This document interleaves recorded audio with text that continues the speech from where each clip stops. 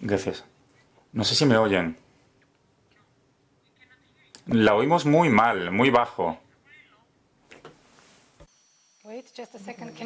Yeah, now better. Ahora un poco mejor, sí. Bueno, intervengo en nombre de la Comisión Europea. Antes de empezar, quiero decirles brevemente que a pesar de que hay 5 peticiones sobre esta nueva legislación española, solo una de ellas fue remitida a la Comisión para elaborar un dictamen definitivo. Me refiero a la 627 del año 2020, presentada por el señor Pedro José Caballero García, en nombre de la Confederación Católica Nacional de Padres de Familia y Padres de Alumnos. Por eso, lo que yo les voy a decir hoy solo se va a referir a esa petición. Y todo lo que les puedo decir sobre las otras 4 peticiones lo tienen que entender a título preliminar y no refleja un dictamen definitivo de todos los servicios de la Comisión que están estudiando todas estas peticiones, porque las respuestas definitivas pues las tendremos que transmitir por escrito al no haber tenido tiempo para tramitarlas todas.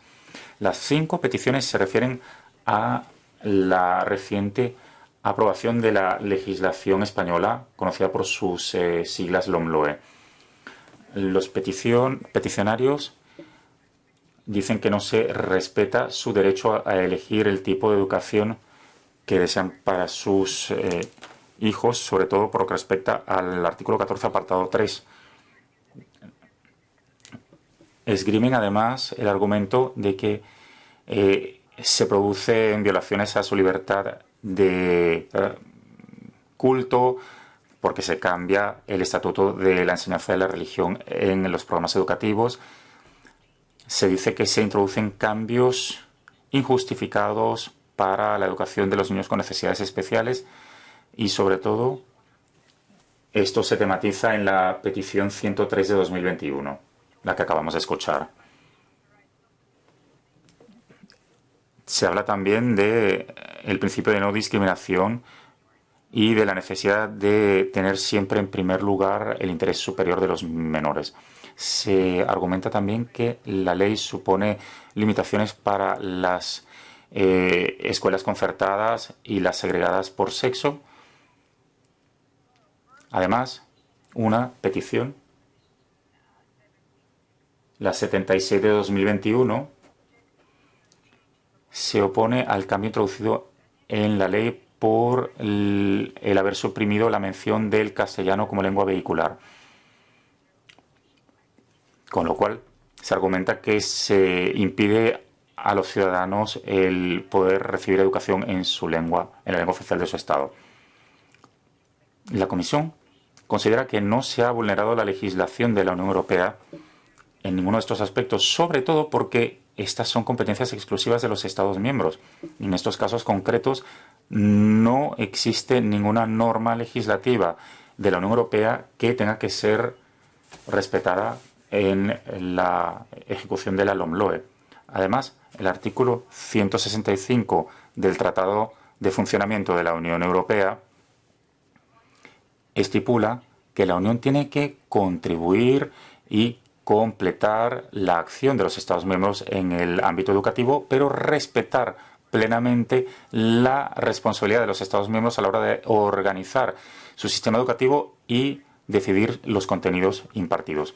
Y el artículo 165 excluye la armonización de las normas aplicables a la educación. O sea que la Comisión no puede imponer una normativa a ningún Estado miembro.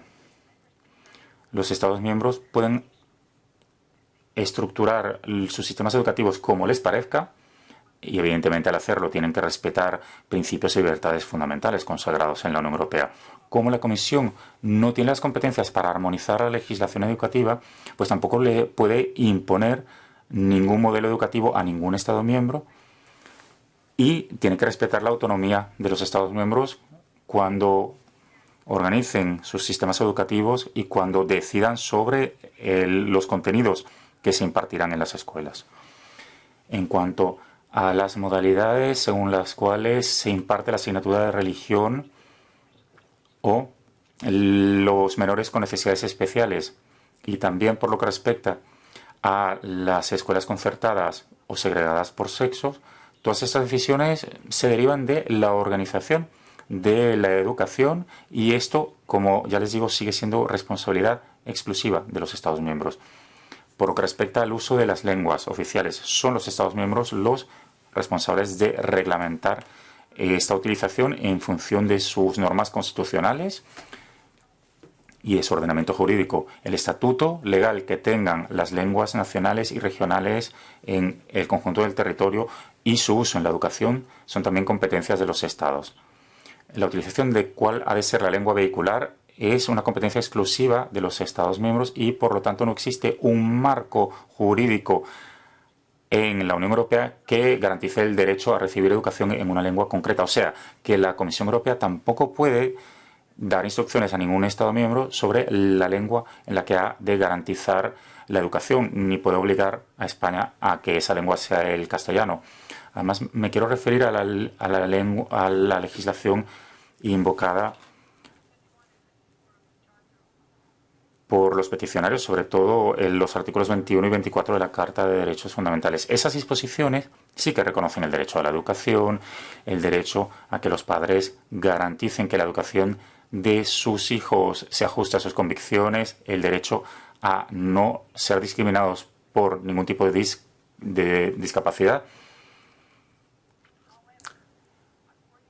No obstante, a tenor del artículo 51, apartado 1, la Carta se aplica a los Estados miembros solo cuando ejecuten la legislación de la Unión Europea. Además, el artículo 6, apartado 1 del Tratado de Funcionamiento de la Unión Europea estipula que las disposiciones de la Carta no ampliarán en ningún caso las competencias de la Unión tal como quedan definidas en los tratados. Yo ya les he dicho cuáles son esas competencias y también les he dicho que nosotros no hemos determinado que exista ninguna legislación de la Unión Europea que se esté ejecutando en el marco de esta ley.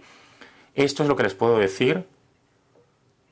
O sea que no hemos podido comprobar que España esté aplicando ninguna legislación de la Unión Europea, ni tampoco hemos percibido ningún incumplimiento de la legislación de la Unión Europea. Por lo tanto, no se aplica la Carta en este caso. Y hay que reiterar que si una petición no se refiere a la legislación europea, pues son los tribunales de los Estados miembros los que tienen que garantizar.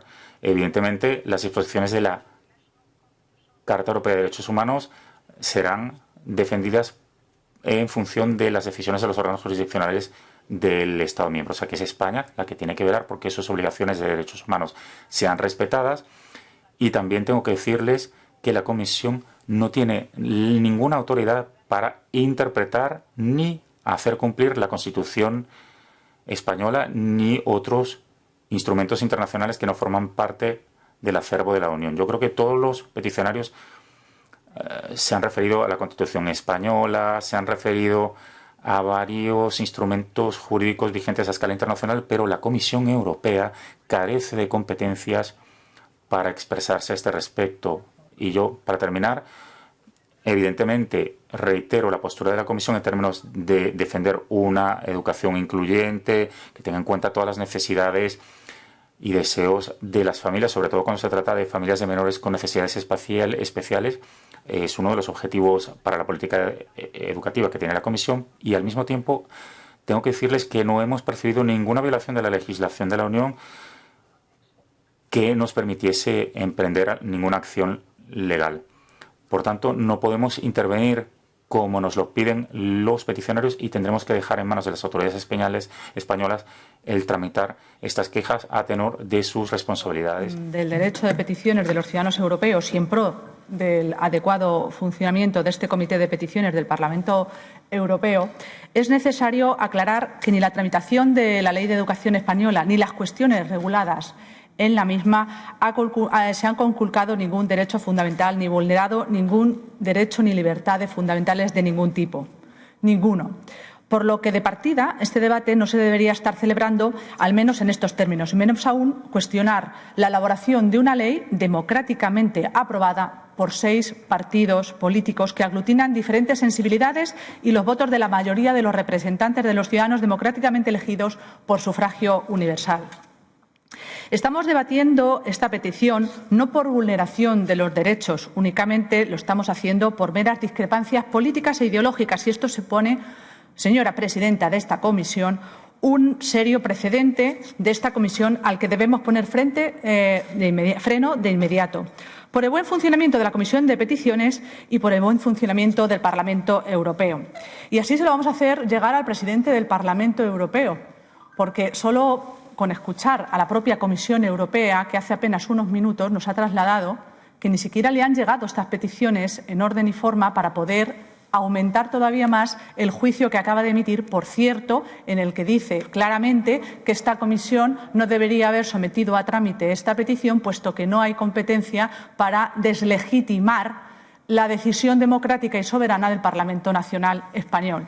Por lo tanto, yo creo que aquí lo que estamos analizando es se está promoviendo por parte de algunos partidos políticos es convertir la Comisión de Peticiones en una Cámara de tercera lectura de las leyes que se aprueban en el Parlamento español, cosa para la que no está habilitada la Comisión de Peticiones.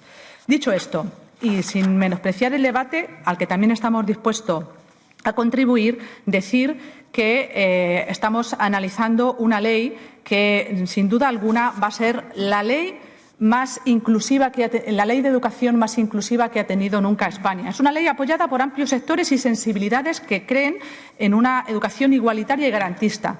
Pretende modernizar la educación española y frenar las altas tasas de fracaso escolar que arrojan las reformas que impulsaron los gobiernos del Partido Popular Español.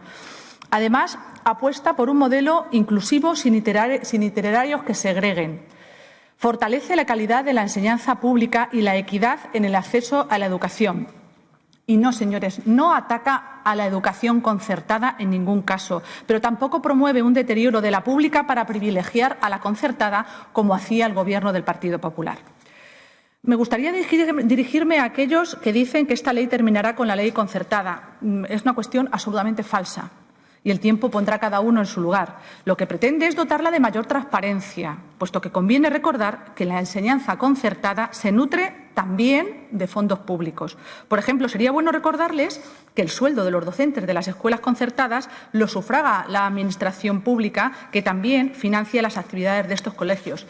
Lo que no se puede admitir es que a la vez que todos estos ciudadanos españoles pagan con sus impuestos la enseñanza concertada, luego estos centros puedan cobrar cuotas obligatorias a los alumnos con el pretexto de pagar las nóminas de los docentes, que, como digo, son sufragadas por los fondos públicos.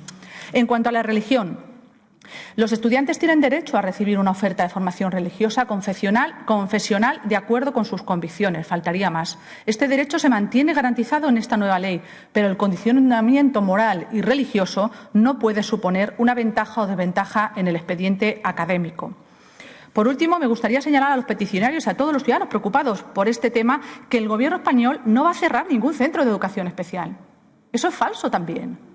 Lo que se trata de esta nueva ley es de integrar a los niños en los centros educativos ordinarios, porque lo contrario supondría una clara discriminación.